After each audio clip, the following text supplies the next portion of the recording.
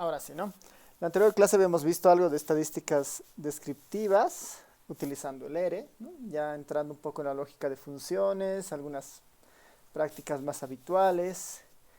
Eh, Ahora nos tocaría ver, después de descriptiva, está la parte de inferencia, ¿no?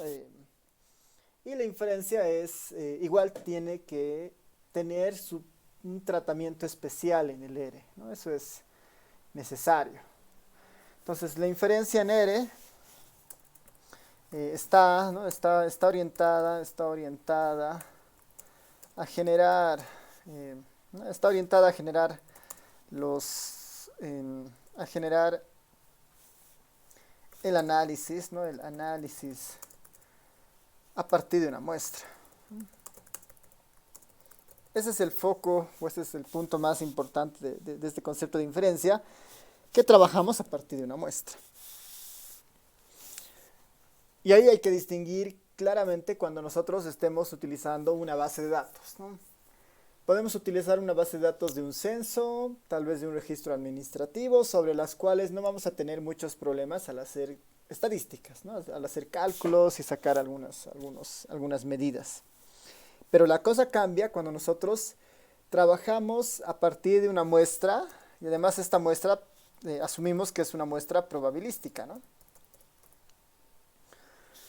Entonces, la inferencia en R estaría básicamente, en este caso, está orientada a generar el análisis a partir de una muestra probabilística, ¿no? Reconociendo, ¿no? Reconociendo los insumos, ¿no? Los insumos básicos para esto, ¿no? Reconociendo los insumos básicos para esto. Entonces, en este punto es un poquito recordar la materia de inferencia, brevemente, ¿no? El concepto de las distribuciones muestrales que viene ahí, lo de los intervalos de confianza, que finalmente eso se consolida eh, finalmente eso se consolida en muestreo, ¿no? En muestreo 1 y 2, ¿no? Casi todo el tiempo, en muestreo 1 y muestreo 2, han estado orientados seguramente en conocer los métodos de muestreo que existen, y normalmente cualquier método de muestreo trae consigo un estimador, trae consigo la varianza de ese estimador y trae la estimación de la varianza de ese estimador, ¿no? Teníamos esos tres elementos en muestreo, si recuerdan, ¿no? Y mucho dependía del esquema de muestreo que se utilizaba, ¿no? Si era un muestreo simple, estratificado, por etapas, conglomerado, ¿no? Todas las variaciones que a ustedes se les ocurran. Introduce un cierto tratamiento de los estimadores, y los estimadores no eran nada más que variables aleatorias provenientes o que tienen un fundamento en las distribuciones muestrales, ¿no? Así que eso tenemos que reconocer siempre que trabajemos con una muestra probabilística, ¿no? Así que este apartado está dedicado justamente a eso, ¿no? Está orientado a generar el análisis a partir de una muestra probabilística, reconociendo los insumos básicos para esto, ¿no? Simplemente como comentario, ¿no? Recordar al estimador de Horvitz. Ahorita verifico si estoy escribiendo bien. Thompson, ¿no? El estimador de Horvitz-Thompson es uno de los estimadores más útiles y más útiles en todo lo que es el muestreo, ¿no? Por una razón muy sencilla, de que a partir de este estimador de Horvitz-Thompson se puede básicamente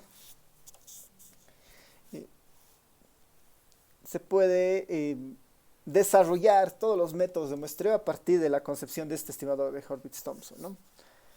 Recordar el estimador de Horvitz-Thompson para el total, ¿no? Para el total. Para el total, o para el parámetro del total, si prefieren, ¿no? Para el parámetro del total. Sin ir muy lejos, si ustedes recuerdan, voy a ponerle un T de Y, ¿no? Si tenemos el parámetro del total definido como T sombrero de Y, ahí está, el T sombrero de Y. Para el estimador de Horvitz-Thompson, ¿cómo es, no? Es una fracción, ¿no? Es una fracción de la sumatoria en toda la muestra de los diferentes Y de K dividido, ¿no? Dividido Eh, a ver, lo voy a hacer mejor así.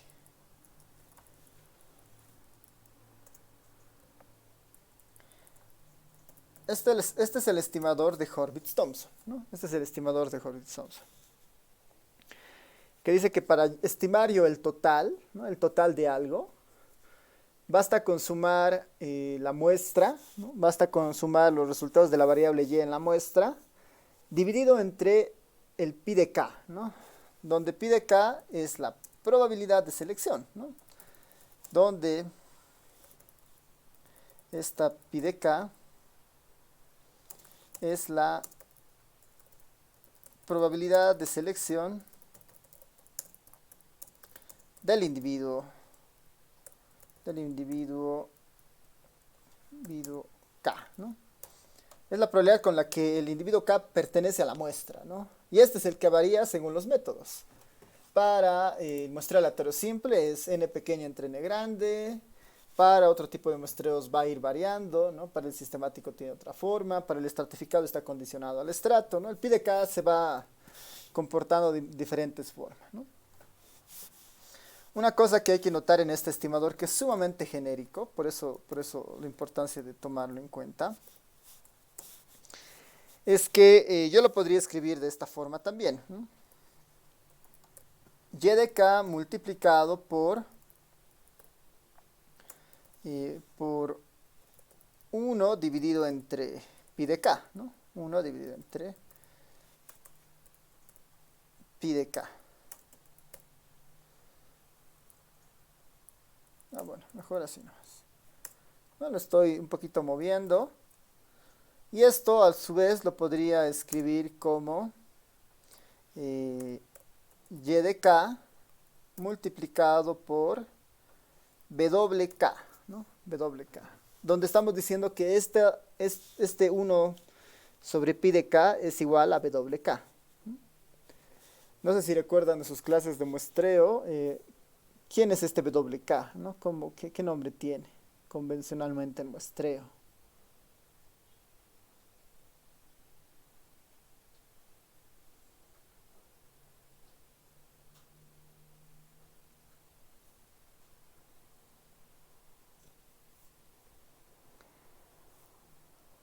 ¿Alguien recuerda un poquito de eso?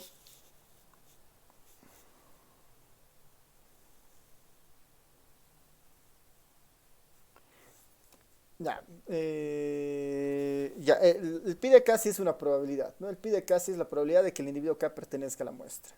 Pero el wk, ¿qué rol juega en esta estructura? No se olviden que este es un estimador. Aquí podemos poner donde pi de k es la probabilidad de selección del individuo k y wk, ¿no? Y esta wk, que finalmente, ¿qué es? Es pi de k elevado a la menos 1, ¿no? Es la inversa de la probabilidad, ¿no? Es la inversa de la probabilidad. Se conoce como el factor de expansión.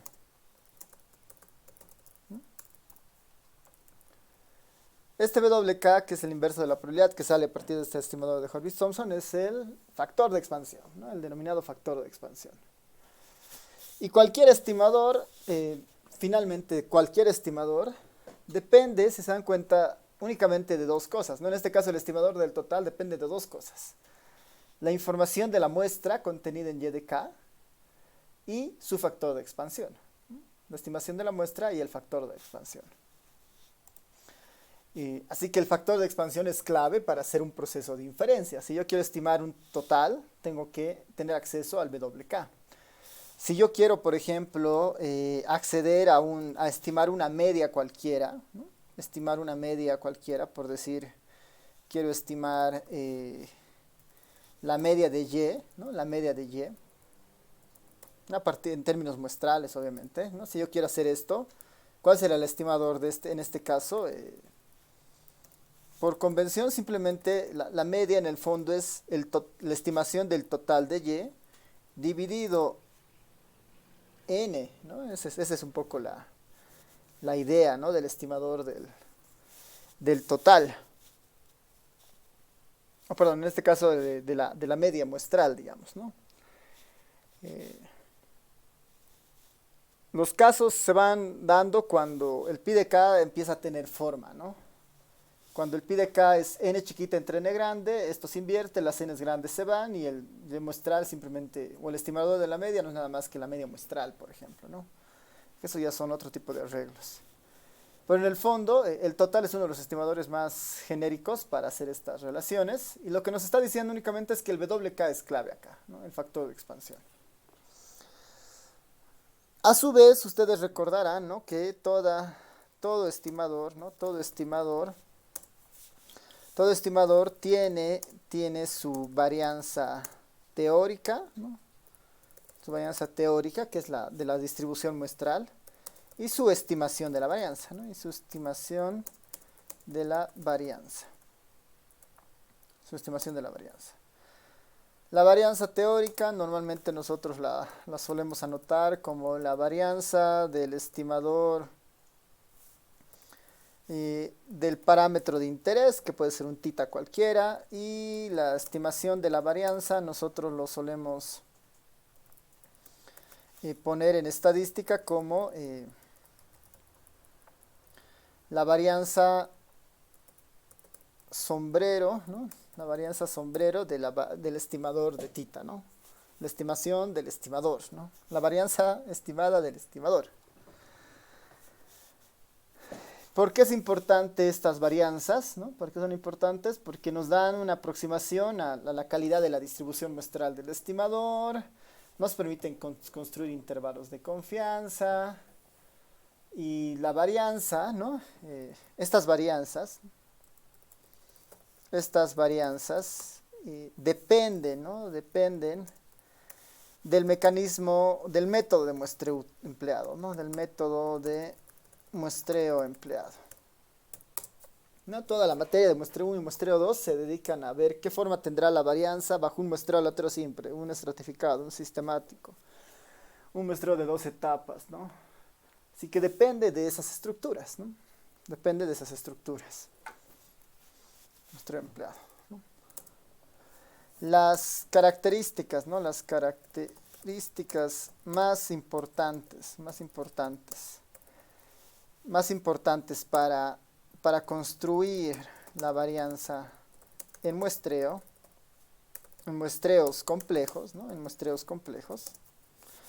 Las características más importantes para construir la varianza en muestreos complejos. Esto de construir, voy a poner slash o entre paréntesis aproximar, ¿no? Nuestro objetivo finalmente es aproximar al valor de la varianza en la, del estimador, ¿no? La varianza, y en muestreos complejos, ¿no? Muestreos que no son simples aleatorios simples o simples muestreos estratificados, ¿no? Ya son un poco más elaborados. Las características más importantes son la conglomeración de primera etapa y la estratificación también de primera etapa, ¿no? La conglomeración y estratificación de primera etapa, básicamente, ¿no? La conglomeración y estratificación de la primera etapa. Eso es lo más importante en este tipo de muestreos, ¿no? Para aproximar a la varianza de una manera adecuada.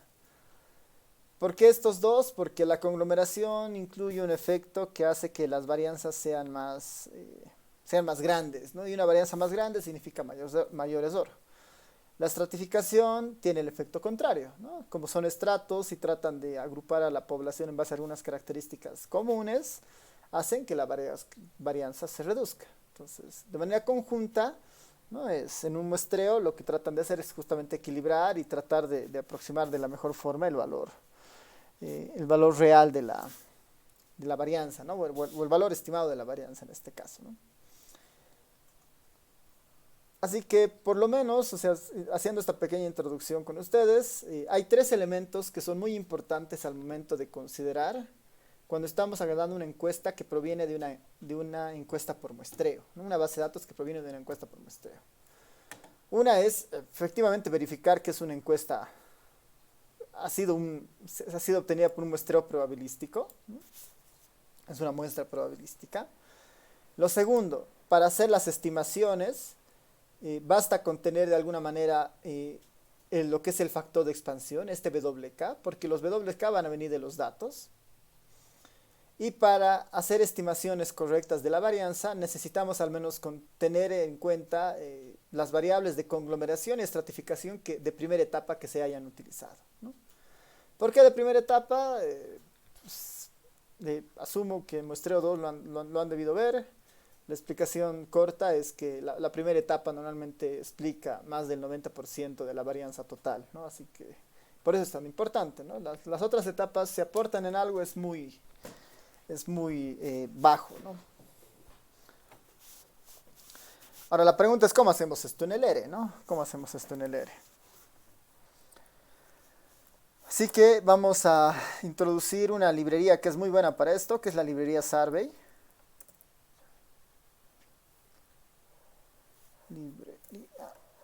Y que se pueden instalar en el R, simplemente ponen nuestro comando de instalar, install package, la librería Survey, y lo instalan, lo instalamos y ya la podemos utilizar, ¿no? Esta librería es la que nos va a permitir hacer justamente las estimaciones de encuestas con el principio de inferencia, ¿no? Con el principio de inferencia. Yo la voy a instalar.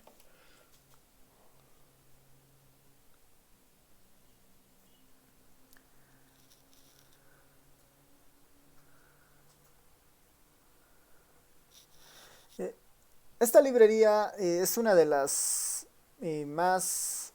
más usadas en el R en este campo de encuestas por muestreo. Hay otras que hacen algo similar, pero esta es la más completa. Y recientemente dentro del Tidyverse hay otra librería que también se las pongo acá, que es la SRBYR, ¿no? SRBYR.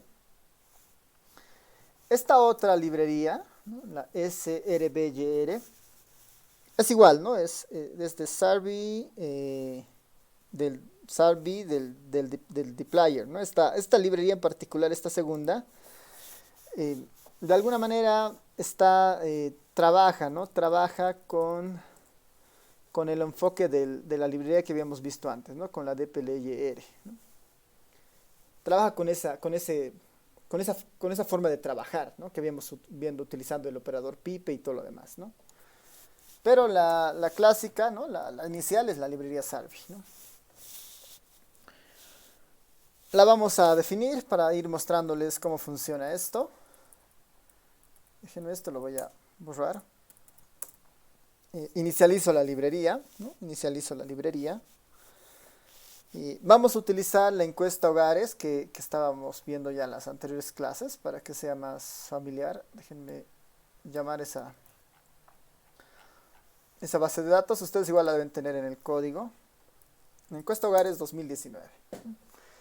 Esta encuesta, que es encuesta del INE, tiene justamente esas características, ¿no? Tiene justamente esas características de ser una encuesta por muestreo, recolectada de forma probabilística. Es una muestra de Bolivia, ¿no? Con la idea de decir algo de todo el país. Así que es una encuesta, ¿no? Es una encuesta por muestreo. En la base de datos de personas son 39.000, ¿no? Con 39.000 personas queremos decir algo de las casi 11 a cerca de 12 millones de personas que tiene el país, ¿no? Y lo mismo en el caso de las viviendas. Si yo, por ejemplo, haciendo lo que hacíamos antes, calculara simplemente, ¿no? La media de las personas EH19P de la variable edad, digamos, ¿no? Si yo calculaba la media, ¿no? De esta forma, como habíamos visto con la librería dplyr, ¿no? En cualquier caso, este valor es una media muestral, ¿no? Es una media a nivel de la muestra, ¿no? Es una media a nivel de la muestra. Para nada es una estimación de la población, ¿no? Yo puedo decir que la media de estas 39.000 personas es de 29 años, ¿no? 29.6. la media de estos 39.000. Pero no puedo concluir o no puedo inferir y decir que la media en Bolivia, ¿no? La estimación de la media en toda la población de Bolivia es de 29.69 años. No puedo decir eso, porque no estoy haciendo el proceso de inferencia. Para hacer el proceso de inferencia tengo que incorporar los puntos que les había mencionado antes. Factor de expansión y, bueno, el término de conglomerados y estratificación al menos, ¿no? Sería ideal que el INE comparta más información para construir de manera un poco más precisa la estimación, pero la información que normalmente da a veces es suficiente, ¿no? Podría ser mejor, pero con lo que nos dan alcanza, ¿no? Así que ahí voy a volver a algo que habíamos visto antes. Si recuerdan, aquí en la consola lo voy a hacer. Podemos entrar a los atributos de la base de datos de personas, de la EH19P, y ver las etiquetas, ¿no? Bar labels, creo que era así. No, no es así.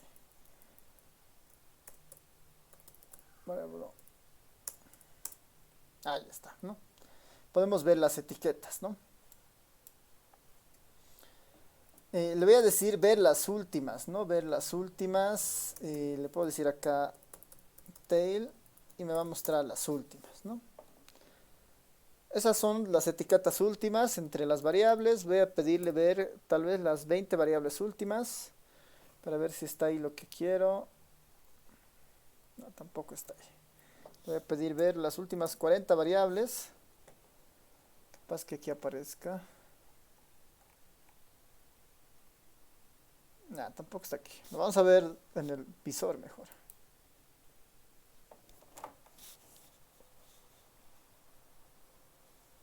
No, este es el visor de las personas, ¿no?, que han respondido a esta encuesta, de las 39.000 personas. Nos vamos a ir hasta la última pestaña casi. A esta pestaña. Van a ver que al final, casi al final de la base de datos, ¿no?, justo al medio entre las estadísticas calculadas y las últimas preguntas, ¿no?, aquí está la sección 8, parte A, pregunta 6. Después de esa existe mucha información vinculada al diseño muestral, ¿no?, vinculada al proceso de muestreo. Y estas tres son básicamente las que necesitamos. Está la variable UPM, que es la unidad primaria de muestreo. Para nosotros, la unidad de conglomeración, de primera etapa, ¿no?, unidad primaria de muestreo. Esto es necesario para estimar la varianza de forma correcta. Después tenemos el estrato, ¿no?, el estrato de primera etapa, ¿no?, que justamente para nosotros nos sirve para reducir la varianza.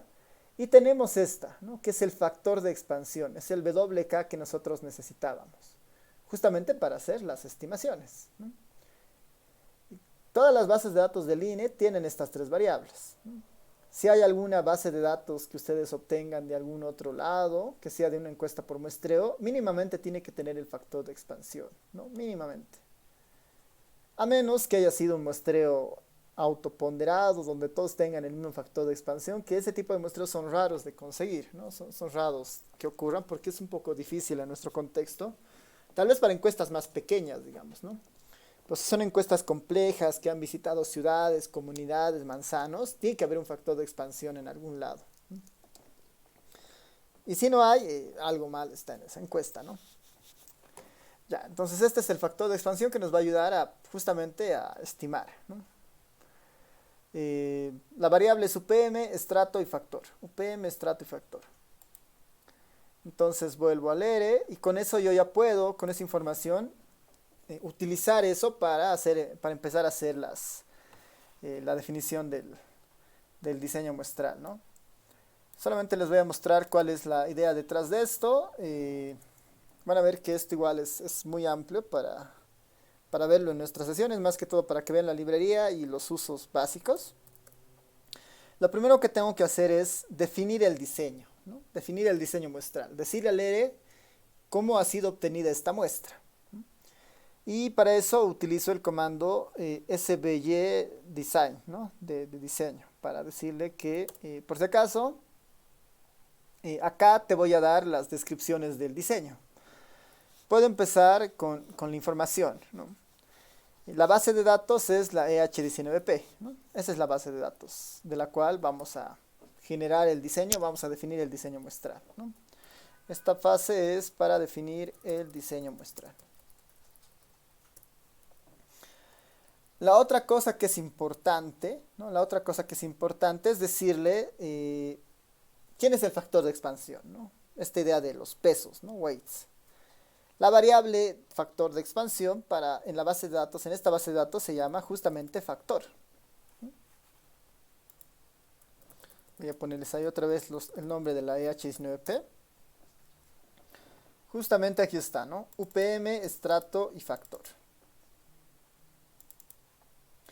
La variable factor hace relación al weight, ¿no? Después le tenemos que dar la información del estrato, ¿no? Le digo estrata, ¿no? El estrato se llama estrato, ¿no? El estrato se llama estrato. Y con esto tengo el estrato, el peso, y lo más importante igual es darle la conglomeración, ¿no? La conglomeración normalmente se la guarda para el inicio, ¿no? Yo acá puedo, si hubiera sido un muestreo de 1, 2, 3 etapas, aquí es cuando le digo eso al ERE, ¿no? El primer campo, normalmente, que es este IDS, ¿no? Del identificador, digamos, de las unidades de muestreo, ocupa normalmente el primer campo de este comando, ¿no? Podría escribir acá simplemente UPM, que es la variable de conglomeración, o para ser un poquito más ordenados, ponerle IDS, ¿no? IDS UPM. Ya tengo la UPM, tengo el estrato y tengo el factor de expansión. Como le estoy dando una especie de... Le estoy dando valores que van a dar una idea del diseño. Este comando me pide además que le ponga este simbolito de aproximación o de negación o de distribuidas delante de las variables, ¿no? Delante de cada una de las variables. IDS, este simbolito UPM, ¿no? Estrata igual, este simbolito estrato. Factor de expansión o weights igual, este simbolito y factor, ¿no? Y de esta manera se define el diseño muestral, ¿no? Si ustedes tienen otras bases de datos de otras encuestas, hay que identificar quién será la UPM, bueno, quién será el conglomerado, quién será el estrato y quién será el factor de expansión. Y simplemente los reemplazamos. Toda esta información lo tengo que guardar en algún lado. Voy a ponerle en SD1, digamos, ¿no? De mi diseño muestral 1, ¿no? En SD1 voy a guardar esta información, lo compilo y ya está, ¿no? Ya está. ¿Qué me aparece en el ERE? Me dice que se acaba de guardar la información, es un objeto de tipo Sarby, ¿no? Tiene 9 elementos y pesa 118 megas, ¿no? Este es el objeto que ahora yo puedo utilizar para hacer las diferentes estimaciones que yo quiera, ¿no? Este es el objeto que tengo que utilizar, porque este tiene la información del diseño muestral. Así que, ¿cuál es la idea hacia adelante? Si yo quiero hacer la estimación de la media de la edad, digamos, pero ya con una finalidad de inferencia, lo que haré es utilizar el prefijo SVY, ¿no? Ese prefijo SVY, y ahí van a ver que el ERE habilita muchas opciones, ¿no? Casi paralelas a muchas de las cosas que normalmente hacemos en descriptiva, ¿no? Hay un SVY para hacer test chi cuadrados, para calcular coeficientes de variación de proporciones, para hacer gráficos, para hacer análisis factorial, para hacer modelos lineales, para hacer histogramas, ¿no? Porque lo que genera el muestreo en realidad es como un universo paralelo, digamos, ¿no? Donde se pueden aplicar las mismas cosas, pero se tiene que considerar las características del diseño muestral, ¿no? Y es ¿no? El SVY-min, lo que nos dice ahí es, bueno, calcula la media, la varianza y ratios y totales para objetos que vienen de muestras complejas, ¿no? Este es el equivalente al min para encuestas por muestreo. ¿Cómo funciona? Es bien sencillo. Siempre tenemos que poner el diseño. ¿Dónde se encuentra el diseño? En el objeto SD1, ¿no? ¿Dónde se encuentra el diseño? En el objeto SD1. Quiero sacar la media. ¿La media de quién? Entonces yo pongo acá la media de la variable, en este caso S02 a 03, que es la variable edad. Se saca la media de esta variable utilizando el diseño SD1. Compilo y ya me devuelve un valor, ¿no? Me dice, esta es la media, 29.59, y además ya me está dando el error estándar, ¿no? Que es la raíz cuadrada de la estimación de la varianza del estimador, ¿no? Yo con este valor sí puedo decir algo, ¿no? Sí puedo decir, puedo concluir que la media de la población, la estimación de la media de la población en Bolivia, ¿no? Ahora sí en Bolivia, puedo hablar del universo, es aproximadamente de 29 años, punto 59, ¿no? 29 años, punto 59. Con una desviación estándar, bueno, con un error estándar de 0.24, ¿no? Con un error estándar de 0.24. Yo esto lo puedo guardar como un resultado inicial, como un R1. Ahí está el resultado 1. Y este resultado yo le puedo pedir coeficientes de variación. No es tan directo, es conf int, si no me equivoco. Veremos si es este. Ahí está, ¿no? Le puedo pedir un coeficiente de variación al 95%. Le puedo pedir que me dé una aproximación de su coeficiente de variación, ¿no? Que es una medida muy útil para decidir cuán bueno es el estimador. Y eventualmente, no sé si me dejará, veremos si así. Le puedo pedir el efecto de diseño, ¿no? Que no me está dejando. Acá seguramente le tengo que decir que eso más calcule.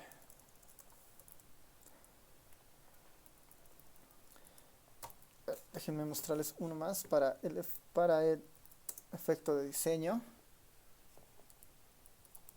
El efecto de diseño nos dice cuánta desviación ha existido de un muestreo aleatorio simple, ¿no? Cuán eficiente o ineficiente respecto a un aleatorio simple. Estaba bien, def true nomás.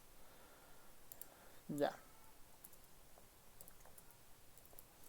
Def true. Y ahora sí debería mostrarme los tres. Ahí está, ¿no? La media es de 29 años, la desviación estándar de 0.24 y el efecto de diseño de 5, ¿no? Un efecto de diseño de 5. Si quiero intervalos de confianza, si quiero coeficientes de variación o si quiero, bueno, este igual me está devolviendo nomás el efecto de diseño que había, ¿no? Eso es lo que hace básicamente esta librería, que ya me permite hacer inferencia, ¿no? Un ejemplo más sobre pobreza, digamos, ¿no? Un efecto más sobre pobreza. Que en esta variable se va a notar un poco más el cambio. Yo puedo decirle que quiero una tabla de la variable de pobreza que hay en la encuesta hogares, ¿no? De la encuesta hogares 2019 de personas, de la variable P0, que es la incidencia de pobreza, ¿no? Si son pobres o no pobres. A eso, como en la anterior clase, le saco un prop table y eso lo multiplico por 100 y tengo los porcentajes, ¿no? A nivel de la muestra, el 37.47% de las personas son pobres, ¿no? El 37.47. Esto a nivel de la muestra. Esto a nivel de la muestra. Si yo quisiera hacer esto en el ERE, ¿no? Si yo quisiera hacer esto en el ERE, debería irme por mirar alguna de las opciones que hay, ¿no? Hay varias opciones para esto. Vamos a probar tal vez con el SVY.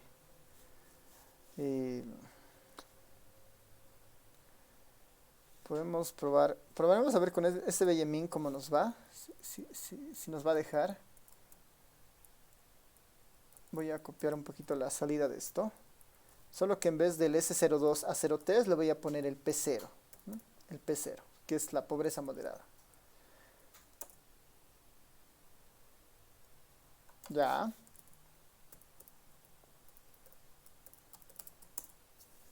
Ahorita les digo qué hace el último elemento que he incorporado.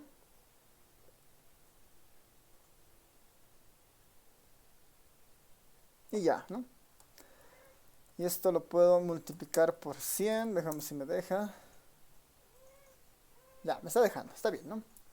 El equivalente a este comandito que era para calcular la proporción de pobres en la muestra, era de 37.47, ¿no? La cantidad de pobres según la muestra.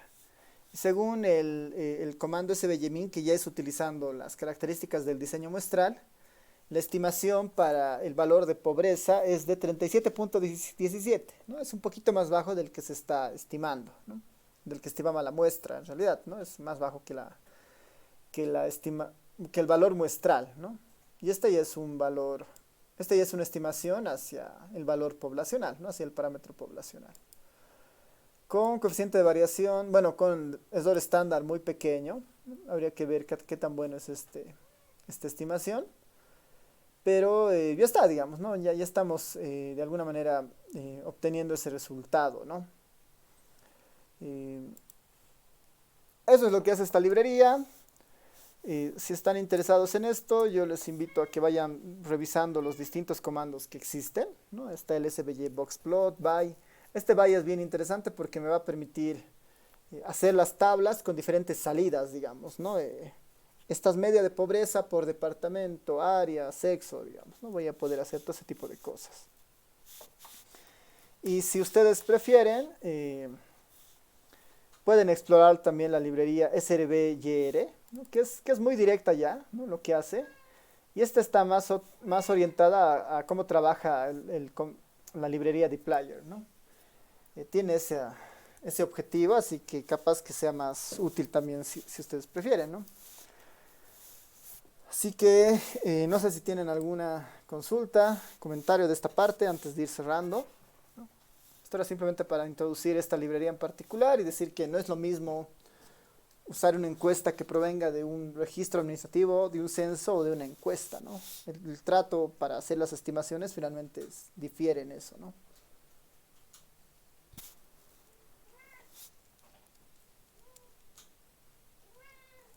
¿Alguien tiene alguna consulta? Voy a ver un rato el chat.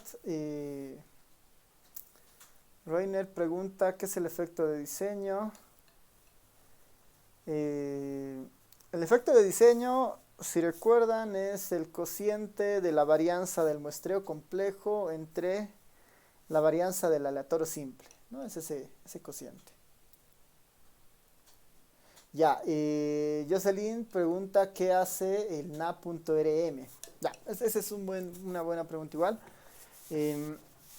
Pasa una cosa acá, ¿no? Que aquí lo voy a poner como una nota antes de salir esto. Nota, los valores perdidos, ¿no? Los valores perdidos en R, ¿no? Los valores perdidos en R se denotan por NA, ¿no? De no disponible, ¿no? De no disponible, con esa letra, ¿no? Con NA, ¿no? Cuando nosotros le pedimos al R que nos obtenga una media de algún valor que tenga valores perdidos, ¿no? Les voy a dar aquí un ejemplo muy sencillo. Voy a crearme un vector X que tenga los siguientes elementos, ¿no? 23, 45, 64, 22, valor perdido, ¿no? Otro valor perdido y después 78, 54, digamos, ¿no? Tengo ese vector que tiene 23, 45, 64, ¿no? Tiene esa información.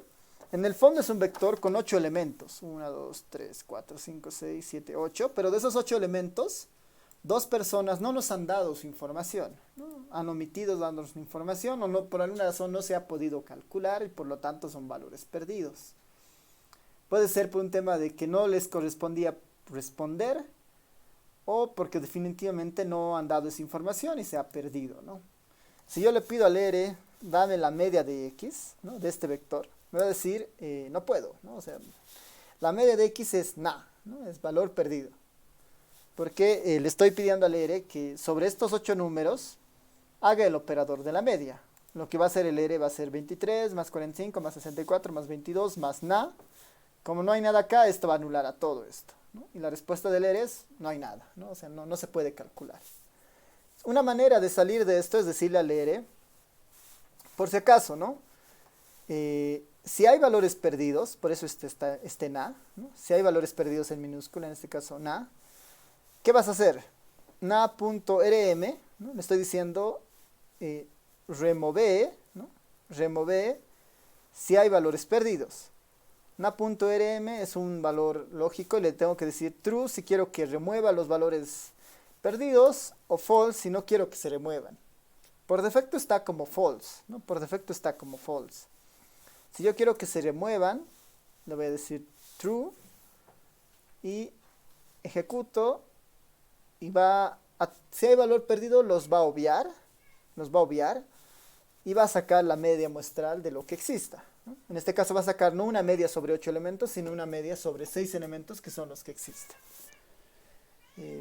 Eso es lo que hace el na.rm, que es parte un poco de todos estos procesos de manejos de imputación, ¿no? Imputación de datos. Uno de los criterios de imputación de datos es, antes de hacer la imputación, podemos obviar los datos, ¿no?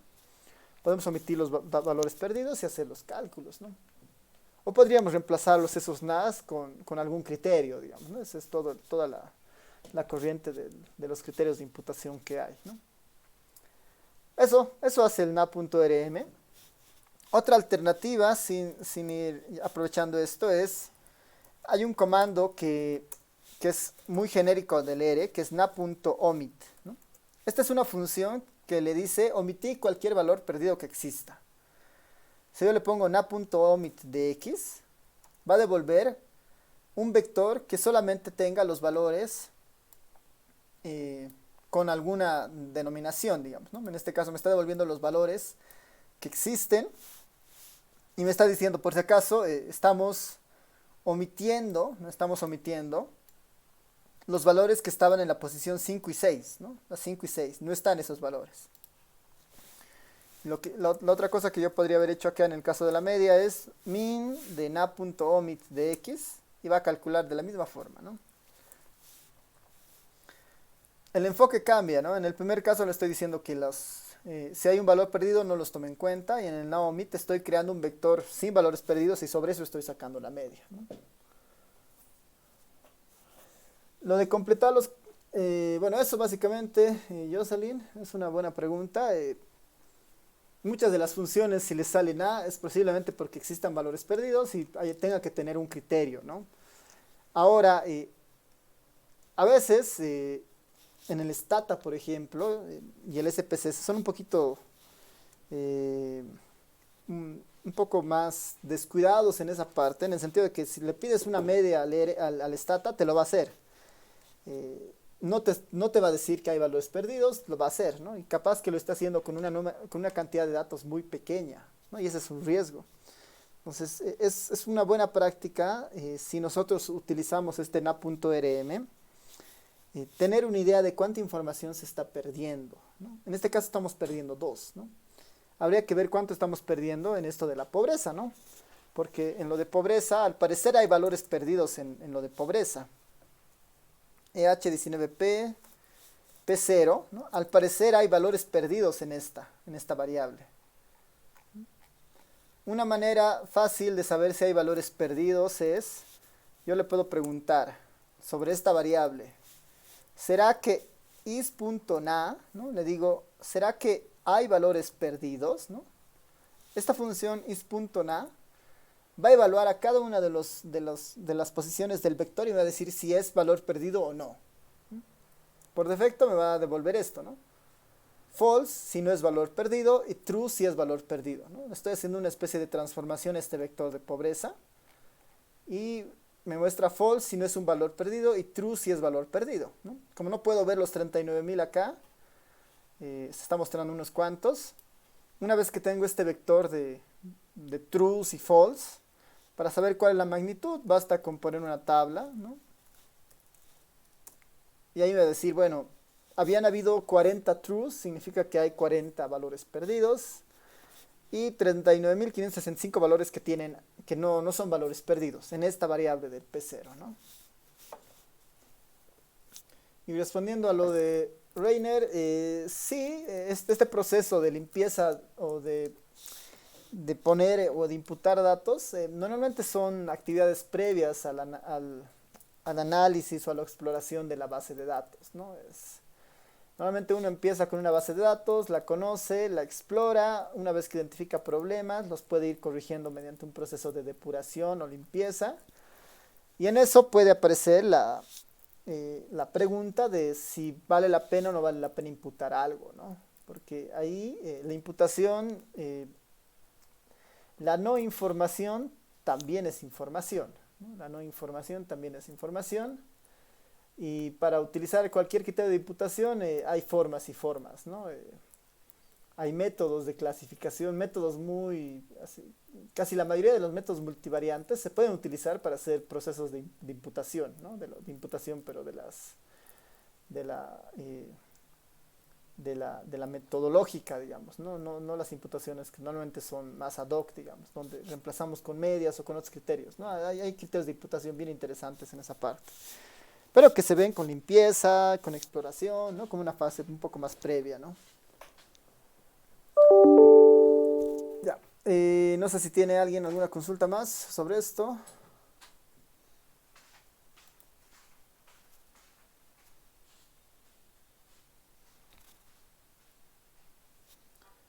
Ya, súper.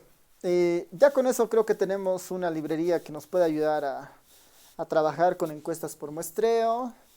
Ya tienen una herramienta adicional. Si en algún momento chocan con manejar una encuesta y quieren que los resultados sean representativos, tienen que utilizar, el diseño muestral, ¿no? Tienen que utilizar el diseño muestral.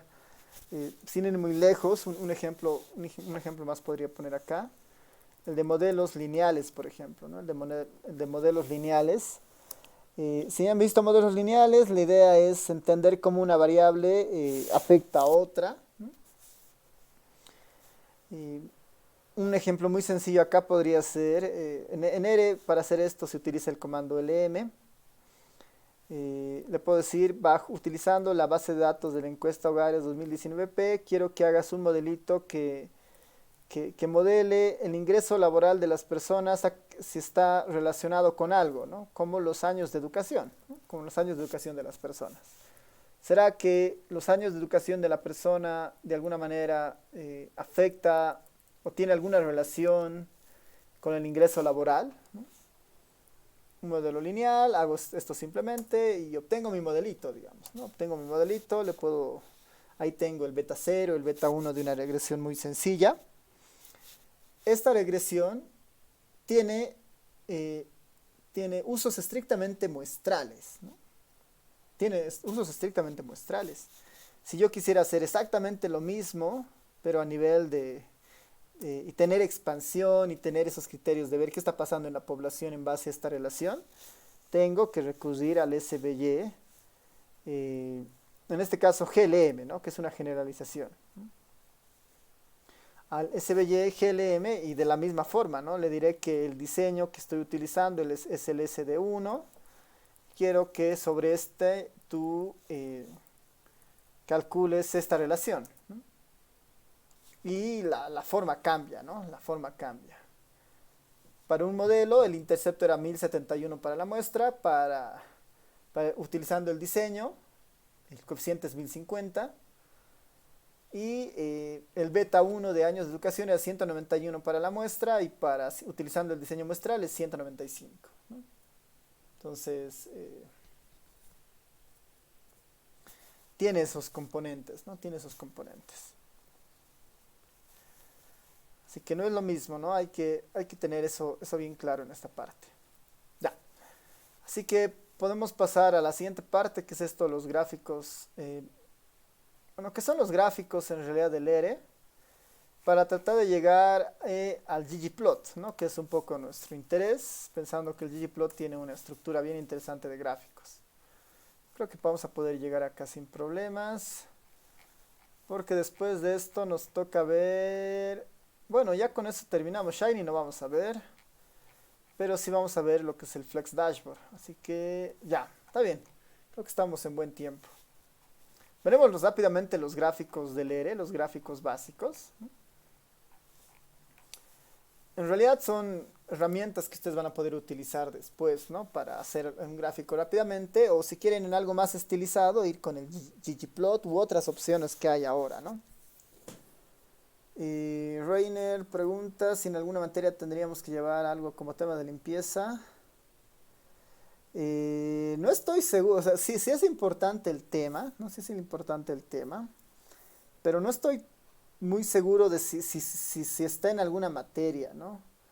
En mi caso, en la materia de programación estadística 2 tenemos un capítulo de imputación de datos, ¿no? En la materia de programación estadística 2 que he dado el anterior semestre. No recuerdo si para el nuevo plan en esa materia se ha mantenido eso, pero sí es un tema importante y el ERE ahí tiene varias librerías que ayudan un poco a estos criterios de imputación, ¿no? Pensando que la limpieza o la depuración tiene bastantes etapas, ¿no? Y una de esas puede ser la imputación justamente. Ya, entonces vámonos a los gráficos de origen, si es que no tiene nadie más consultas. Vamos a trabajar más con esta pantalla ahora. Voy a borrar la información porque vamos a trabajar más que todo con los comandos del ERE de origen, ¿no? Los que vienen instalados con el ERE. Y vamos a ir conociendo los básicos, ¿ya? El ERE finalmente otorga como una especie de control casi total para hacer gráficos, ¿no? Para hacer gráficos según como uno pueda querer plasmarlos.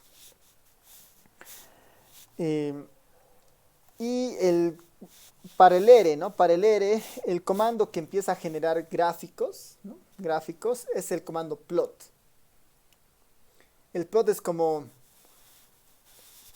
definir justamente una hoja en blanco en el ERE, ¿no? Si pongo plot, ya se va a empezar a dibujar algo, ¿no? Ya se va a empezar a dibujar algo. Yo puedo, bueno, básicamente yo tengo control de todo lo que se ponga en esta hoja, en el imaginario, ¿no? En el sentido de que esta hoja es una hoja bidimensional que tiene coordenadas horizontales y tiene coordenadas verticales, ¿no? Y tiene todos esos puntos que pueden estar entre esas dos coordenadas, ¿no? Hay coordenadas horizontales y verticales. El plot es el gráfico, bueno, es el comando básico para gráficos en el ERE, ¿no?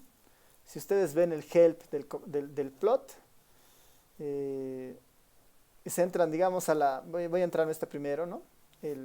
Por defecto, la función para plots. Van a ver que tiene bastantes argumentos, ¿no? Tiene bastantes argumentos. Y yo les voy a ir mostrando básicamente solamente algunos, ¿no? Tipo xlim, ylim, log, main, sub, xlab, ylab, ¿no? Tiene muchos argumentos. E incluso si uno quiere ir más adentro, voy a seleccionar esto del plot window para mostrarles, no es este, a ver dónde estás. Ya, este es el que estábamos viendo. Nosotros tenemos control básicamente de todo en el ERE. Aquí están parámetros gráficos. Tenemos control básicamente de todo en el ERE, ¿no? Aquí hay una hojita de ejemplo, ¿no? Podemos controlar el margen superior, inferior, dentro de lo que se hace en el plot, ¿no? Tenemos una infinidad de posibilidades ahí, ¿no? Para hacer esto podemos tener muchas ventanas de salida, ¿no? Como nosotros prefiramos, ¿no? Y para eso hay varias funciones que nos trabajan sobre diferentes cosas, ¿no? Tamaño, márgenes, las características de lo que se va a ir graficando, ¿no? Y todo eso. Para empezar, una de las básicas sería este type, ¿no? El type va a definir del plot que nosotros pongamos la salida, ¿no? Hay varios tipos de salidas. Cuando le pongo type igual n, me estoy pidiendo que no grafique nada, ¿no? No grafique nada. Acá en la estructura del plot no se está poniendo absolutamente nada, ¿no? Está en blanco. El plot normalmente tiene la característica de que permite la entrada de un vector fila, o bueno, un vector X o un vector Y, ¿no? Un vector X y un vector Y. que hace referencia justamente al eje X o al eje Y o al eje horizontal y al eje vertical, ¿no? Por eso en el primer caso, cuando ponía plot 0, 0, me está marcando el punto en el punto 0, 0, ¿no? Para el eje X, para el eje Y. En el segundo caso me está haciendo lo mismo, solo que le estoy pidiendo que ese punto no se vea, ¿no? No se está viendo ese punto. Le pongo type igual n, ¿no? No se está viendo ese punto. Yo puedo tener dos vectores, como en este caso el vector X y Y, con cierta información, estos 4 números ahí que están, ¿no? El vector X y Y utilizar ahora esa lógica, ¿no? Los puntos para el vector X, los puntos para el vector Y, que una cada uno de esos puntos, y en el type le puedo cambiar a P, ¿no? P hace relación a puntos, y me está mostrando justamente esos puntos. Punto, punto, punto, punto. El 0 con el 3, ¿no? En el eje X, en el eje X3, en el eje Y 0, ¿no? Que es este. El otro es 4 con 6, 4 con 6. El otro es 7 con 9, 7 con 9, ¿no? Ahí están los diferentes puntos. El type tiene varias opciones. Puedo decirle H para que sea una especie de línea vertical o una especie de histogramas, digamos, ¿no? Son líneas que parten del suelo hacia arriba, ¿no? Del eje horizontal hacia arriba. El L, que es una idea de que va a ir uniendo con línea los puntos, ¿no? Va a partir con el 0,3, ¿no? Diré con el 3,0, que es este. Se va al 4,6, que es este. Se va al 7,9 y va al 2,2, ¿no? Hace una línea siguiendo esa trayectoria, por ejemplo, ¿no? Hace una línea siguiendo esa trayectoria. El L, ¿no? Si ordenamos el eje, para que esto tenga tal vez mayor sentido, podríamos hacer algo básicamente muy sencillo. Sobre la variable x, 3,4,7,2, podríamos ordenar esta salida en base a la variable x, ¿no? La variable x está aquí un poquito desordenada, ¿no? Está 3,4,7,2. ¿Qué tal si la variable x la ordenamos? Eso se logra con el comando order. El comando order ordena las posiciones del vector, ¿no? Aquí x tiene esta forma, 3, 4, 7, 2. Si le hago el orden del x, me dice 4, 1, 2, 3, ¿no? Lo que me está diciendo es la posición 4 es la más baja. Luego le sigue la posición 1, es el 3. Luego le sigue la posición 2 y finalmente la posición 3, ¿no? Eso es lo que está haciendo el orden. Yo puedo aplicar este order y decirle al x en base a la indexación que esta x me ordenes en base a la indexación que ha encontrado el order. Lo único que va a hacer es ordenarlo en base al order, ¿no? El 2, 3, 4, 7. Me está ordenando el vector x. 2, 3, 4, 7. Entonces, si yo quiero ordenar el x en base a la ordenación del x, simplemente pongo x, order x. Y para no perder ese efecto en el otro vector y, lo mismo, y indexación order x, ¿no? Porque el x es el que va a definir el orden. Hago ahora el plot con esa variable ordenada y ya tengo una, ¿no? Como el x está ordenado, ya puedo tener una idea de una línea más continua, digamos, respecto al eje x, ¿no?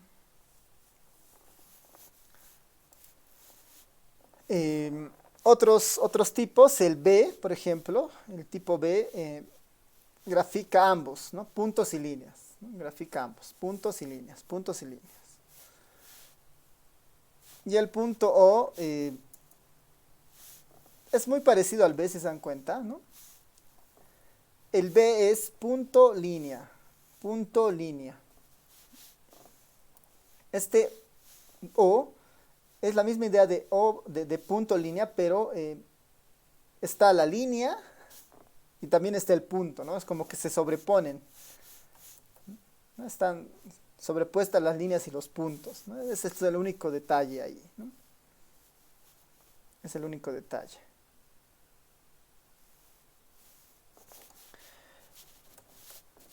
Otra cosa bien interesante en esto, ¿no? Otra cosa bien interesante en esto del ERE es las ventanas múltiples, ¿no? Las ventanas múltiples.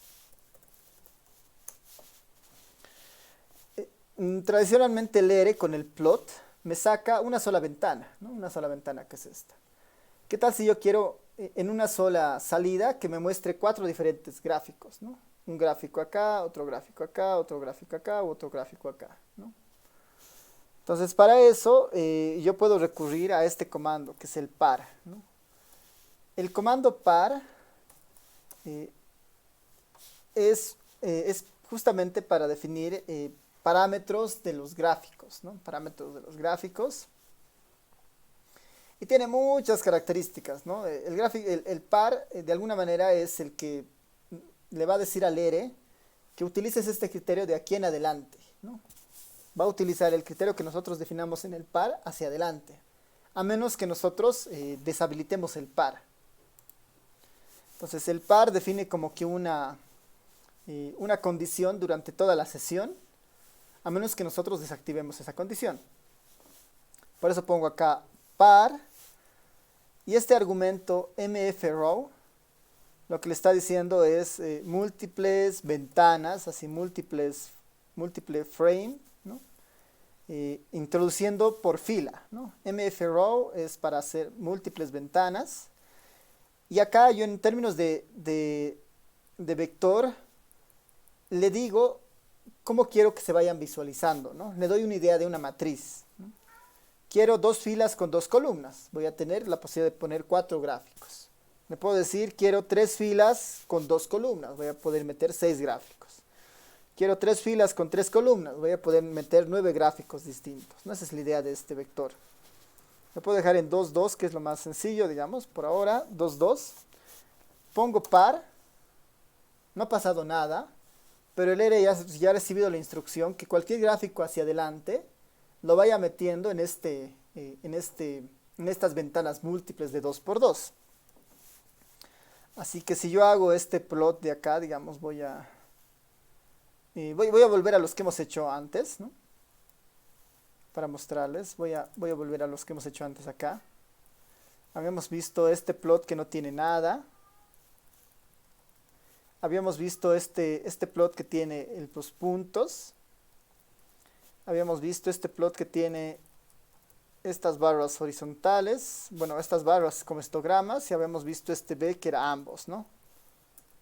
Estos, por ejemplo, ¿no? Grafico el primer plot, me muestra una salida, ¿no? El segundo, el tercero y el cuarto. Lo que ha hecho el par mfrow es básicamente habilitarme estas ventanas, ¿no? Para las distintas salidas que yo pueda tener. Si yo hago otro gráfico, ¿no? Digamos que vuelvo a hacer este B, va a continuar y va a empezar otro marco, otra ventana con una primera posición. Puedo repetir el mismo gráfico 4 veces, ¿no? Y las 4 salidas van a estar en esas ventanas, ¿no? Esas 4 posiciones. Y el ERE va a seguir así durante toda la sesión, a menos que nosotros desactivemos el par, ¿no? A menos que nosotros desactivemos el par.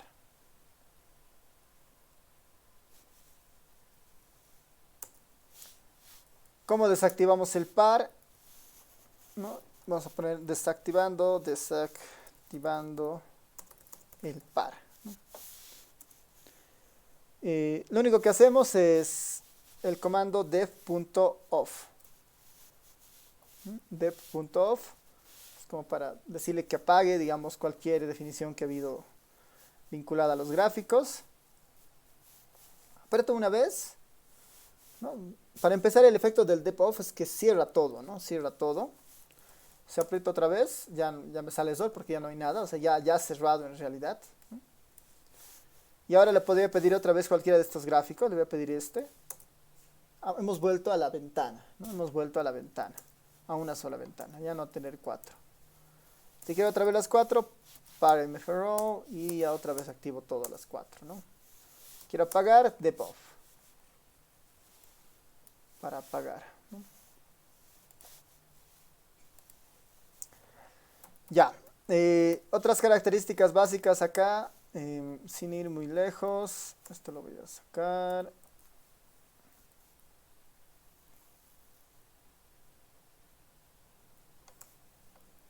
A ver.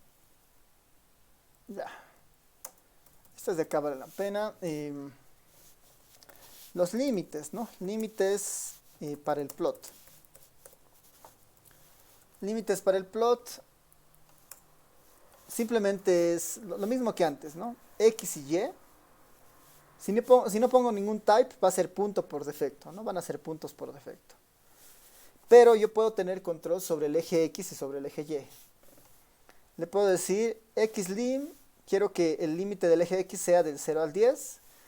Y el límite del eje Y quiero que también sea del 0 al 10. Mando el plot. Y ahora los límites están así, ¿no? Del 0 al 10, del 0 al 10. Y ahí están los distintos puntos. Podría decirle que sean del menos 10 al menos 10, igual se va a graficar, ¿no? Del menos 10 al 10, del menos 10 al 10, y ahí están los gráficos, los puntos, perdón.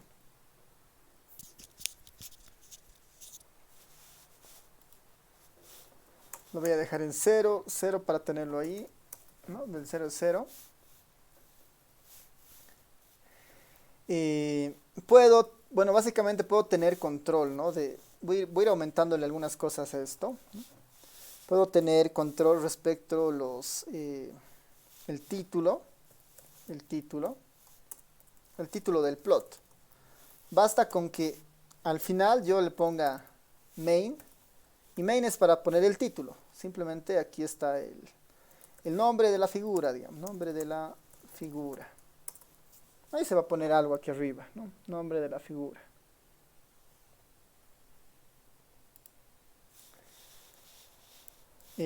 Puedo decirle que no se muestre, ¿no? Sin ejes, ¿no? Sin ejes. Le puedo decir el mismo gráfico, pero no quiero que se vean los ejes, ¿no? Casi al final le puedo decir access igual false, ¿no? Access igual false. Esto controla los ejes. Le voy a decir que no me muestre los ejes, false. Y no hay nada en los ejes, ¿no? No hay nada en los ejes. Sin ejes.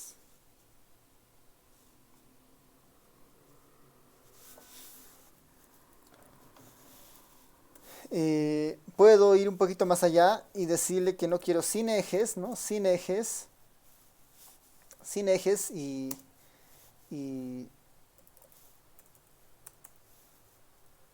títulos o sin ejes y etiquetas de los ejes, ¿no? De los ejes. Ahora tiene, por ejemplo, dos etiquetas, ¿no? En los ejes. Esta etiqueta X y esta etiqueta Y. No puedo decirle que tampoco quiero eso, ¿no? Puedo decirle que tampoco quiero eso y le puedo decir lo mismo que antes, solo que ahora le sumo ANN igual false, ¿no? Esto de hecho me está sacando cualquier nombre, ¿no? Cualquier palabra que exista, ¿no? Incluso el título ya lo está eliminando, ¿no? Este main ya no tiene sentido, con el ANN ya no está sacando nada, solamente los puntos, ¿no? No solamente los puntos.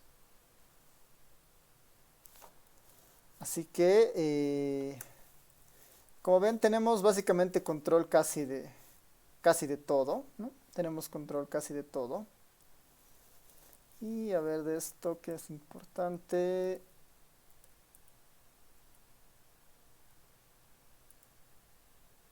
Ya, está bien, ¿no? Tenemos casi control de todo. Y al mismo tiempo podemos ir reconstruyendo, ¿no? Al mismo tiempo podemos ir reconstruyendo nuestro gráfico, ¿no?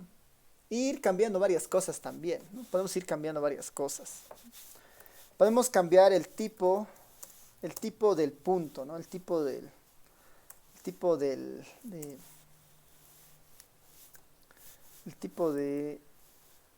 la salida, ¿no? El tipo de la salida del punto, ¿no? Podemos cambiar el tipo de la salida del punto. Voy a seguir con todas estas opciones, ¿no? Access false, sin título, sin nada. Y le puedo decir PSH, me equivoco, es PSH, ¿está bien? Y puedo ir cambiando, 2 por ejemplo. Cada número va a cambiar, ¿no?, la forma en la que sale, ¿no?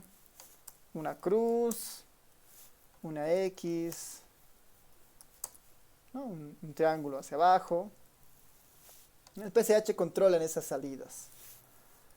Sin ir muy lejos, acá en el help del plot, ¿no?, del gráfico, vamos a ver dónde es el PSH. Si no está acá, debe estar en el par. Bueno, si no está acá la información de eso, en el par fijo que está, ¿no? El par es el help más completo. Y aquí abajo debe estar el PSH.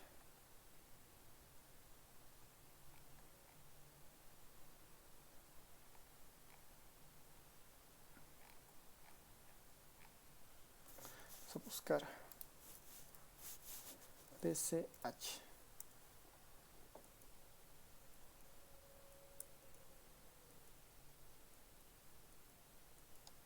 Bueno, no está acá. Aquí está, ¿no? Aquí están los distintos, las distintas figuras según el número que nosotros elijamos, ¿no? Por ahí quiero esta estrella de acá, el 11, entonces le pongo PSH 11. ¿No? Y ya, perdón, PSH 11 y eso ya va a cambiar, ¿no? Tengo esas estrellas, ¿no?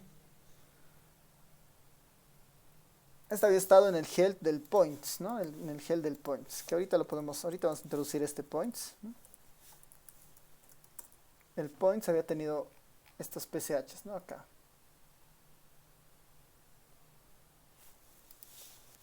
Ya, entonces el plot tiene casi control de todo eso, ¿no?, de las figuras. Otra característica, a ver, voy a cambiar este. Ahí, digamos, ¿no?, esos cuadrados. Algo que puedo ir añadiendo a los gráficos es el tamaño, ¿no? Tamaño de los puntos. Tamaño de los puntos. Mismo esquema con todo esto, ¿no? El tamaño de los puntos yo lo controlo con el comando cex, ¿no? CEX. Igual, ¿no? CX igual. Puedo darle un tamaño. Por defecto este es el tamaño 1, ¿no? El que vemos es el tamaño 1. Le pongo 5. Ese es el tamaño 5, ¿no? Ese es el tamaño 5. Le puedo poner esto y variar 2, 2, ¿no? 4, 4, ¿no? El sex es justamente para eso, para controlar el tamaño de los puntos, ¿no? En este caso de sus cuadrados. Tamaño de los puntos. Aparte del tamaño de los puntos, puedo controlar el color de los puntos, ¿no? El color de los puntos. Voy a seguir con lo mismo, solo que al final le voy a poner comando col, ¿no? Col de colores. Y yo ahí tengo una gama muy variada de colores, ¿no? Para empezar puede ser simplemente el nombre, ¿no? Ahí, pero en inglés, ¿no? Col red. Y ahí está el color, ¿no? Tal vez un dark red. Ahí está un color un poquito más oscuro. Le puedo decir dark green, ¿no? Estoy controlando esos colores, ¿no?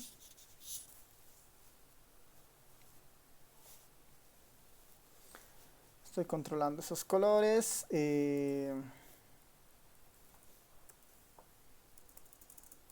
Ya. Sobre esto de los colores, hemos introducido 3 cosas ahora, ¿no? La forma de la figura con el PSH, ¿no? La forma de esta unión, ¿no?, de los puntitos. El tamaño con el sex. Y el color con el argumento col, ¿no? Tenemos control de esas 3 cosas. Si quieren, el tipo de la figura, el color y el tamaño. Acá el R puede ir más allá, ¿no? Más allá de todo esto. Perdón. El R puede ir más allá de todo esto. Y podemos controlar o podemos definir, ¿no? Podemos definir definir formas, tamaños y colores, ¿no? Formas, tamaños y colores para cada punto, ¿no? Para cada punto. Acá tenemos 4 puntos, ¿no? 1, 2, 3, 4 puntos. Vamos a poder cambiar la forma de los 4 puntos, el tamaño de los 4 puntos y el color de los 4 puntos. Y eso es muy sencillo, ¿no? Como ya sabemos cómo funciona el R, acá en el PCH, en vez de darle un solo valor, ¿no? Le estamos dando un solo escalar, le voy a dar un vector. Debe decir, por decir, 4, 5, 15 y 6, ¿no? Donde estoy diciendo el primer punto que sea la figura o la forma 4, el siguiente la forma 5, el siguiente la forma 15 y el siguiente la forma 6. Compilo, ¿no? Y cada una de las salidas tiene la forma que yo he definido, ¿no? Entonces el PCH puede recibir un solo valor para una sola figura o puede recibir un vector que tenga la instrucción de cuáles van a ser las figuras, ¿no? En este caso esos 3. Otra podría ser el tamaño. El tamaño igual. Le puedo decir 4 para que sea un tamaño fijo para todos. O también le puedo dar un vector para que controle el tamaño de cada una de las posiciones, ¿no? La primera va a tener un tamaño de 1, la siguiente de 2, la siguiente de 3 y la siguiente de 4, ¿no? Van a ir creciendo. Compilo y sí, ¿no? La primera, la segunda, la tercera y la cuarta, ¿no? Tienen diferentes tamaños. Podría ser exactamente lo mismo con el color. Acá le puedo dar un vector de colores, ¿no? Rojo, por decir un medio plomo, el otro que sea verde y el otro que sea azul, ¿no? Al final. Y tengo los diferentes colores, ¿no? Rojo, el gray, el verde y el azul, ¿no? En esas formas.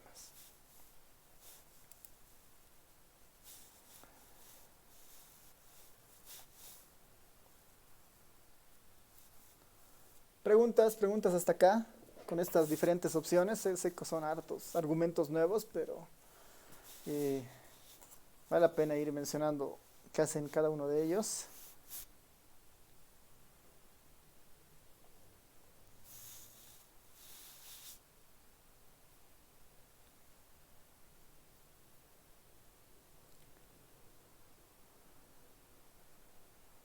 Nadie. Ya, entonces continuaremos. Ya tengo ahí las figuras, tengo las formas. Si no me equivoco, a ver, voy a probar acá con una. Si funciona. Está bien, ya. Está este otro argumento. Lo voy a poner acá. Además de todo esto, ¿no? Este era el último, ¿no? Este gráfico era el último. Puedo con el comando lwd, ¿no? Lwd se puede se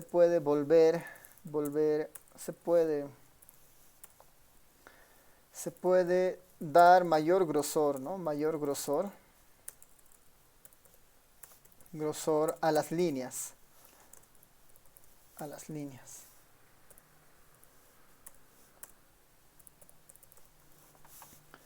El comando lwd, si le pongo, por decir 4, van a ver que las líneas son más gruesas, ¿no? Son más gruesas. El lwd le da más grosor a las líneas, ¿no?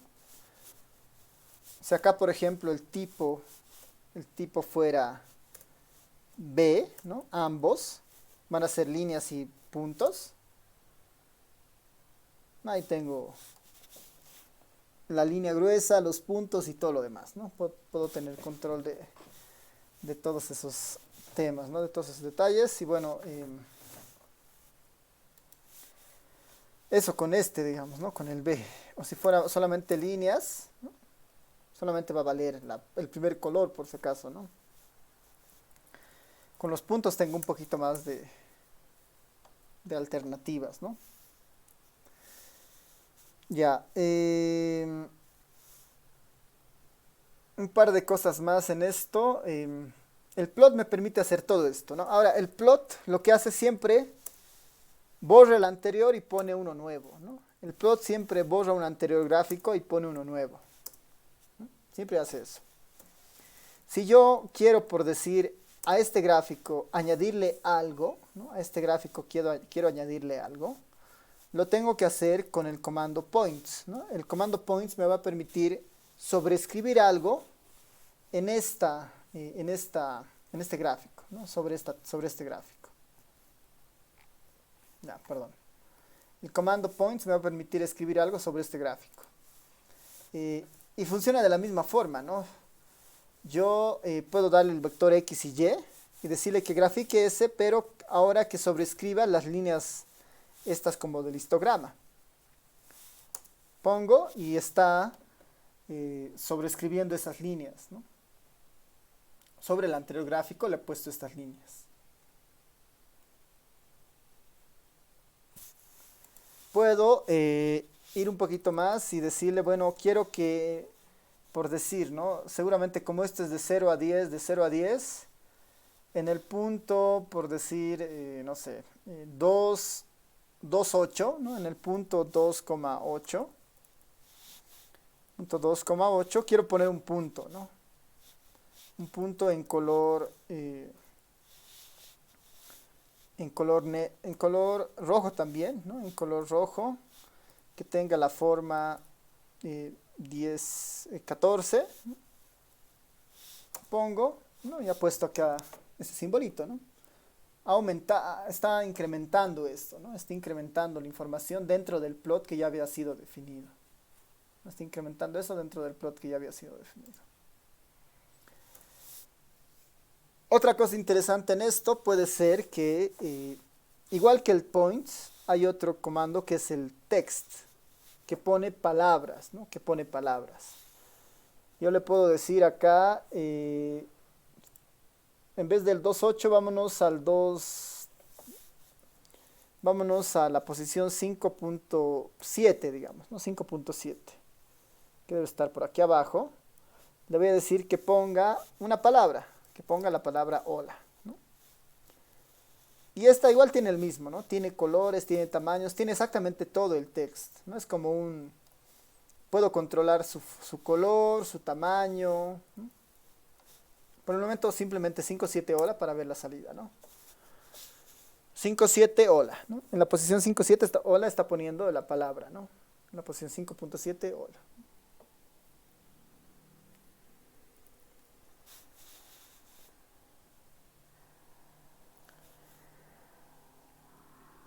Después, ya para ir cerrando esto, para ir completando, digamos, ¿no? Para ir completando, como tenemos un gráfico así, sin ejes, sin nada, al R le podemos decir que con el comando axis, nosotros podemos completar los ejes.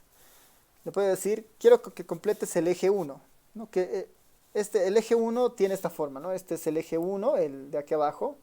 Eje 1, eje 2, si no me equivoco este es el eje 3 y el eje 4 es el de arriba, ¿no? Quiero el eje 1 y el eje 2, por decir. Le pongo axis 1, se va a completar el eje de abajo, ¿no? A eso mismo le aumento el eje 2, se va a completar el eje de la izquierda,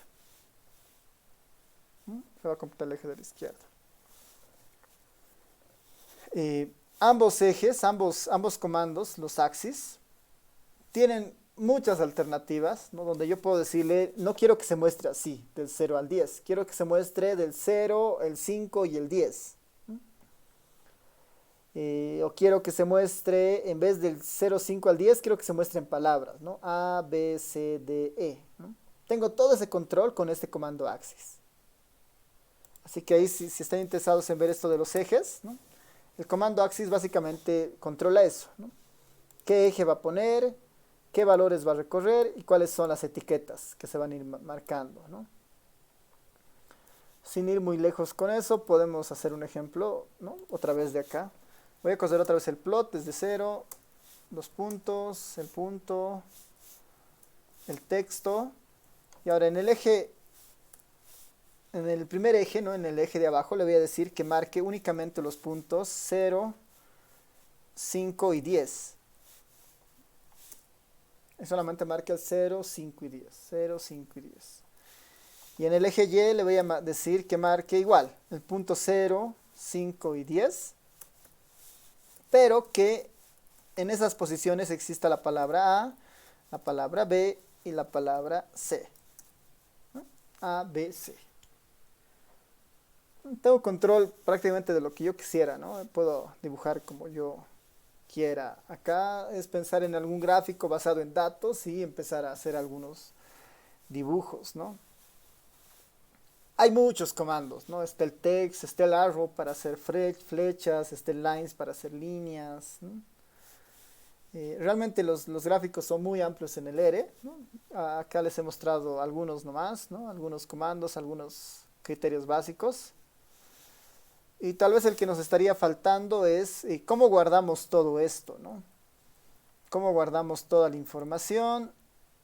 A ver, Lo que nos estaría faltando es cómo guardamos toda esta información, ¿no?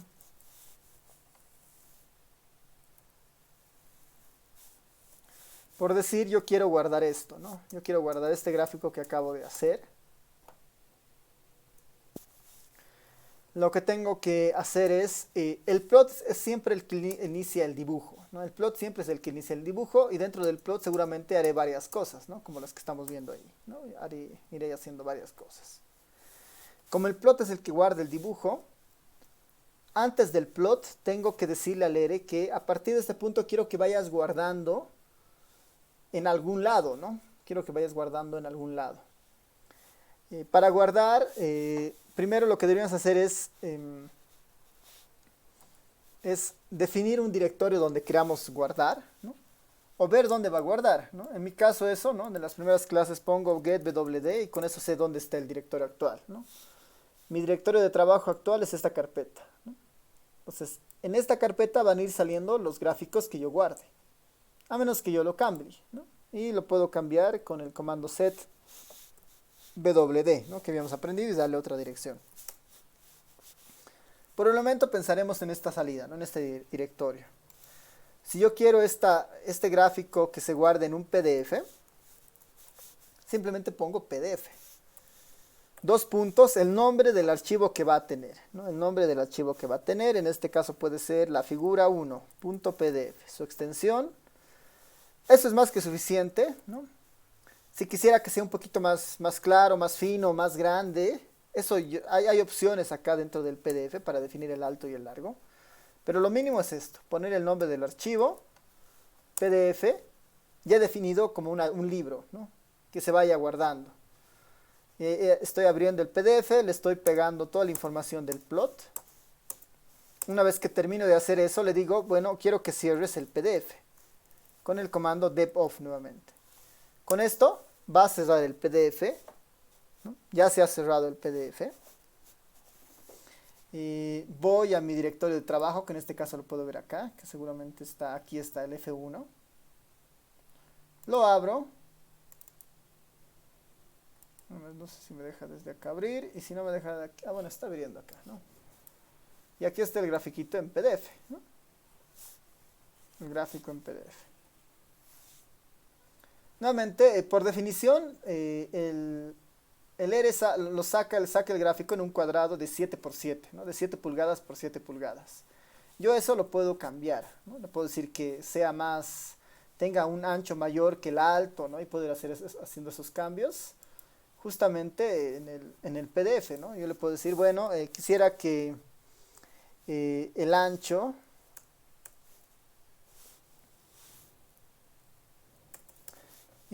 a ver, cambiaremos por este lado, ¿no? El alto, que baje un poquito, bueno, que se quede tal vez en 5, ¿no? Y el ancho, que sea 10, digamos, ¿no? El ancho sea 10. Nuevamente hago coser el PDF, hasta el debuff, ya se ha guardado, vuelvo al gráfico. Y a ver, se está abriendo en otra ventana. Aquí está el gráfico, ¿no? Tiene un ancho de 10 y un alto de 5. Ya tengo control en esa salida, ¿no? Ya tengo control en esa salida. Y existen diferentes formatos. Está el PNG, está el JPG. Vemos si es este así. No, no es JPG. Vamos a ver el nombre cual correcto es esto. JPG, ¿no? JPEG, ¿no? Si queremos en esa extensión. Finalmente es controlar la extensión del gráfico, ¿no? Si es un PNG, si es un JPG. Si es un... Aquí están las opciones, ¿no? BMP, JPG, PNG, TIFF. Y entre esos, digamos, ¿no? Que son los más comunes. Que tienen el mismo uso, ¿no? Y si quisieran en un PNG o en un JPG, ¿no? Tienen prácticamente la misma funcionalidad.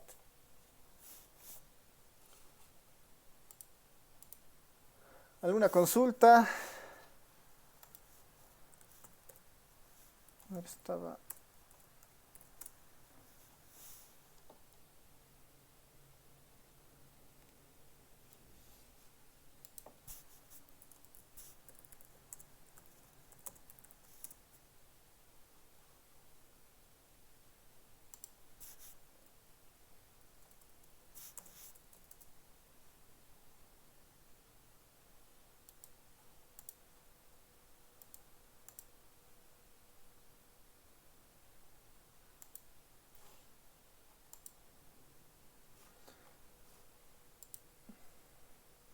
Ya.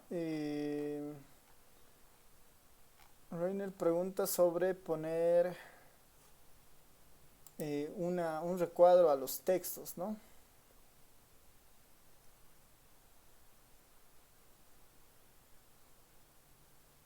Bueno, sí, sí es posible, ¿no? Capaz que no está tan directo en el R. Pero a ver, te voy a compartir un enlace que capaz te sirva. No hay una función tan directa, ¿no? Que haga eso. Ahí hay algunos ejemplos. Sino que hay que programar las líneas que se le ponen alrededor del texto, ¿no? No hay una función tan directa, al menos en el R base, ¿no? En el R base. Ya en el ggplot, sí le puedes decir que tenga una cajita, digamos, que lo esté conteniendo al texto, ¿no? En el caso del ggplot.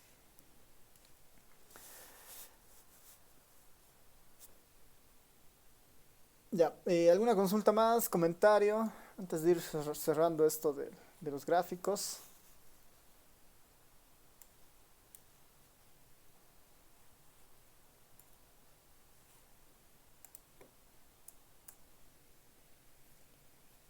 Comentarios.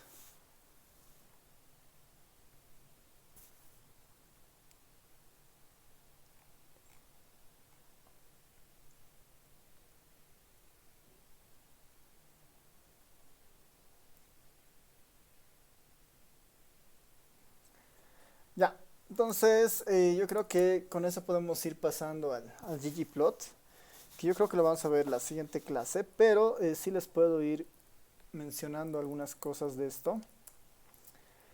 Eh, para el ggplot vale la pena que se puedan ir instalando estas librerías, ¿no? La ggplot2, el dplyr, que igual trabaja con el ggplot, este de mapas y el ggbis, ¿no? Que son interesantes, ¿no? Estas cuatro. Se los voy a poner acá en el chat. Se pueden instalar esas cuatro para la siguiente clase. El ggplot es un paquete que tiene completamente otro enfoque, ¿no? De lo que normalmente el R hacía en gráficos, ¿no? Si bien es cierto, el R tiene su cierto poder en gráficos porque tienes control total de la hoja, ¿no? Puedes cambiar básicamente todo. El ggplot está más orientado a pensar en el concepto de visualización de datos, ¿no? Visualización de datos, salidas. Y está apoyado en este concepto de la gramática de datos, ¿no? Una gramática de datos, ¿no? Y la gramática de datos básicamente se planta en tres aspectos. Es definir bien la información, definir bien la estética y definir bien la geometría, ¿no? La estética se refiere a todo lo que nosotros hemos ido haciendo con los puntos, los colores, las formas, ¿no? Definir todos esos trazos que vamos a ir introduciendo, ¿no? Eso el ggplot le llama esto de la estética. Y la geometría se refiere a qué es lo que vamos a mostrar finalmente, ¿no? Un punto, líneas, palabras, bloques, histogramas, ¿qué, digamos, ¿no? A eso se refiere ese punto de la geometría, ¿no? Y esos tres conceptos los plantea muy bien en la forma en la que se utiliza el ggplot después, ¿no? Así que para la siguiente clase si pudieran instalarse esos cuatro paquetes ya para ir mirando, ¿no?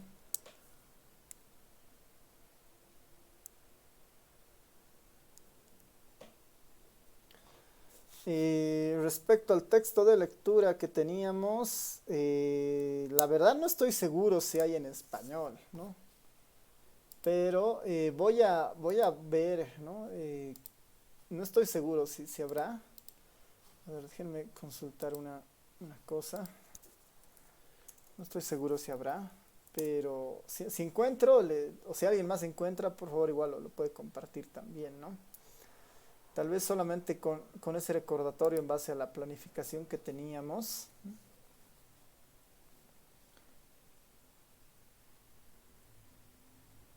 En base a la planificación teníamos algunas fechas importantes. Voy a verificar ahora para ver que no nos estemos olvidando nada. Bueno, tenemos el video discusión para el 1 de abril, que estamos bien, y la lectura de discusión para el 4 de mayo, que está bien, ¿no? Nuestro primer parcial en teoría es el 30 de marzo, ¿no? Que es de aquí a finales de marzo, dos semanas y un poquito más, ¿no? Creo que estamos bien, ya vamos a acabar esta parte, ¿no? Yo creo que el día jueves vamos a terminar acabando lo del ggplot y esto de Shiny no lo vamos a ver, así que en vez de esto vamos a ver el Flex Dashboard. Así que no va a haber muchas cosas que hacer. Y sí, yo creo que el día jueves ya vamos a acabar esto. Y después viene la parte teórica de esto del Big Data, ya entrando en una parte más formal. Y para eso es más lectura que todo lo que hemos ido haciendo en el ERE, digamos, ¿no? Va a haber una pausa de lo del ERE y vamos a empezar a ver algunos conceptos del Big Data que en algún caso ya hemos ido tocando algunas cosas, pero ya vamos a ir formalizando algunos conceptos para después ya entrar a nuestro primer parcial. Ya, ¿alguna consulta más? ¿Comentario?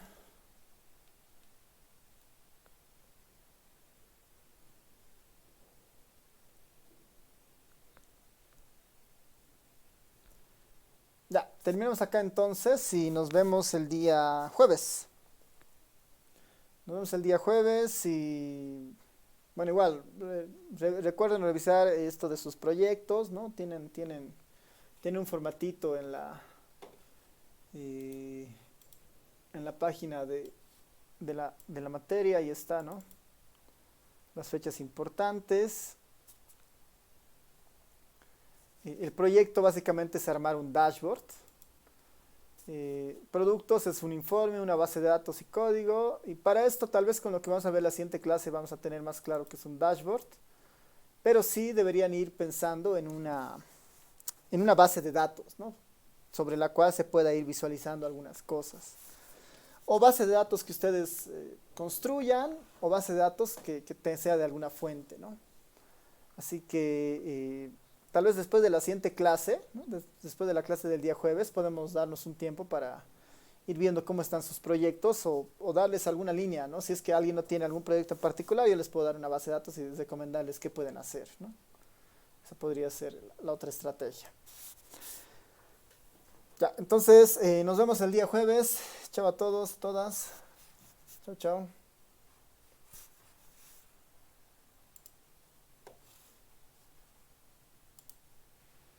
Hasta luego, Lick.